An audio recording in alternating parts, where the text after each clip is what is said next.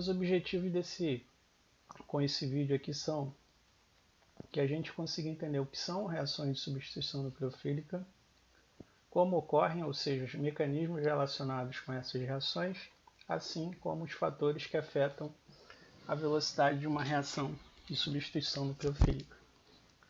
Então, inicialmente, a gente vai ver aqui um esquema genérico que representa uma reação de substituição nucleofílica.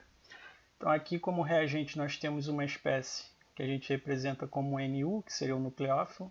Então, a gente tem aqui um nucleófilo. Vai reagir com algo que a gente chama de substrato, essa outra substância aqui. E nessa reação, esse nucleófilo vai substituir esse grupo GS do substrato. Então é por isso que a gente chama essa reação de substituição nucleofílica, porque quem está atuando aqui substituindo no substrato é um nucleófilo. A gente vai ter como resultado a formação da ligação aqui do nucleófilo com o grupo presente ali no substrato e a saída desse grupo GS aqui, que é conhecido como grupo de saída, ou grupo abandonador. Então isso aqui é para a gente ter uma ideia bem genérica do que seria uma reação. E esses termos aqui, nucleófilo, grupo de saída ou grupo abandonador, eles serão melhor vistos nos slides a seguir. Então o nucleófilo é uma espécie química que a gente diz que ela é rica em elétrons e está buscando centro positivo. Então a definição dessa palavra aqui nos traz essa referência. Então como está a molécula da água aqui, a gente percebe que o oxigênio ele tem elétrons não ligantes aqui. Ó. Então isso confere essa nucleofilicidade a esse tipo de substância. A gente pode pensar em substâncias também que apresentam enxofre, por exemplo, nitrogênio, dentre outros elementos ali que vão ter elétron não ligante. Então essa espécie aqui, como ela é rica em elétrons, ela vai buscar por centros positivos para fazer ligação, como é o caso aqui do substrato. A gente observa que o substrato está ligado a um grupo que é mais eletronegativo, então a gente tem a polarização dessa ligação aqui. Ó. Então aqui a gente tem um carbono parcialmente positivo que vai estar suscetível ao ataque do nucleófilo ali e levando a posterior liberação desse grupo de saída. Então aqui tem um exemplo de reação genérica envolvendo a água atuando ali como nucleófilo. Então isso aqui é o nosso NU, o nucleófilo. Aqui está o substrato. Ó. Então a água vai se ligar a esse substrato e a gente vai ter a liberação desse grupo X aqui, como a gente observa aqui. Ó. X está sendo liberado, a gente está tendo aqui a ligação da água com aquele radical presente no substrato. Nesse caso especificamente, a gente tem uma etapa aqui onde vai ter a liberação de um H+ aqui, levando à formação de um álcool.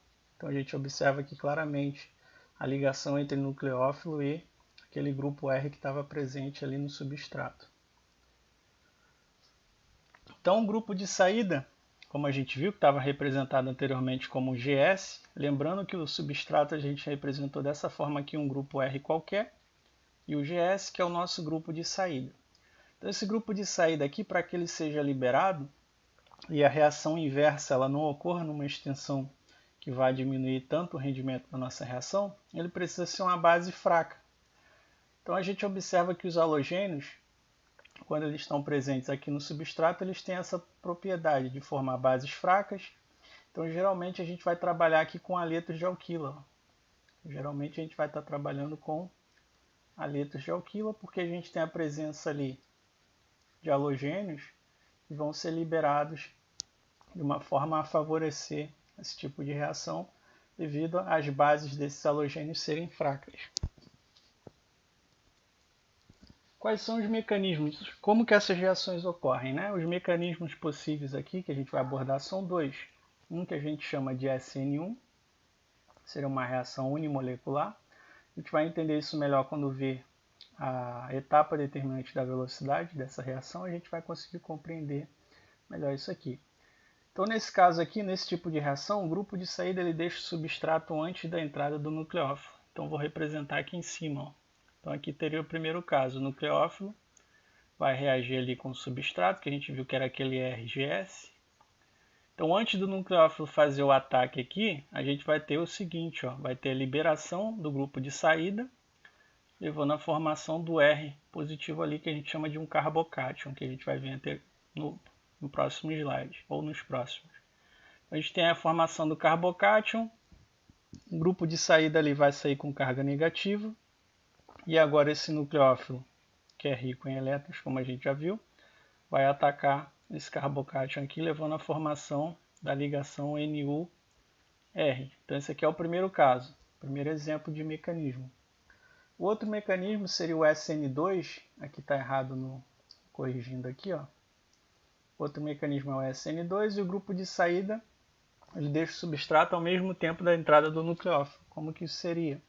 Então, a gente teria o nucleófilo mais ali o substrato, né?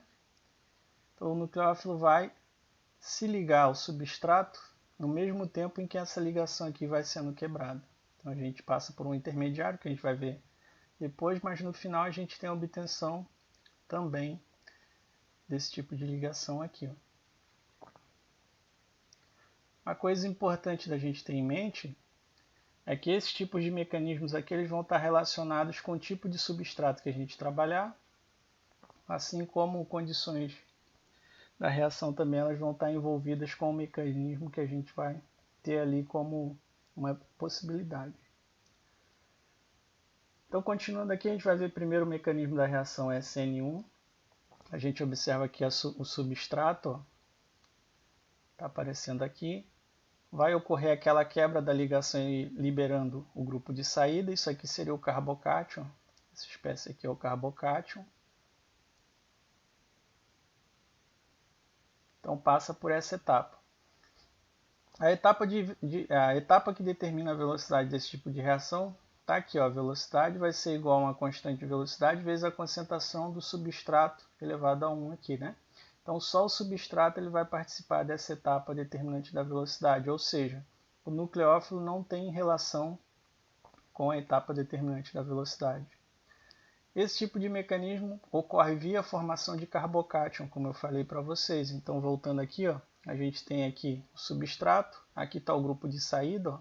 Esse grupo aqui em roxo é o grupo de saída. Vai ocorrer a quebra dessa ligação aqui, levando à liberação do grupo de saída. E a gente vai ter a formação daquele carbocátion que eu mencionei. E aquele carbocátion vai sofrer o ataque do nucleófilo, que a gente vai ver aqui nessa outra imagem. Então a gente tem aqui o substrato aparecendo. Então ocorre a quebra da ligação, o grupo de saída liberado. Essa etapa aqui é a etapa lenta, ou seja, a etapa que vai determinar a velocidade da reação. Então, liberando-se esse grupo, a gente tem a formação do carbocátion aqui. O que seria um carbocátion? Seria um cátion do carbono, por isso tem esse nome carbocátion.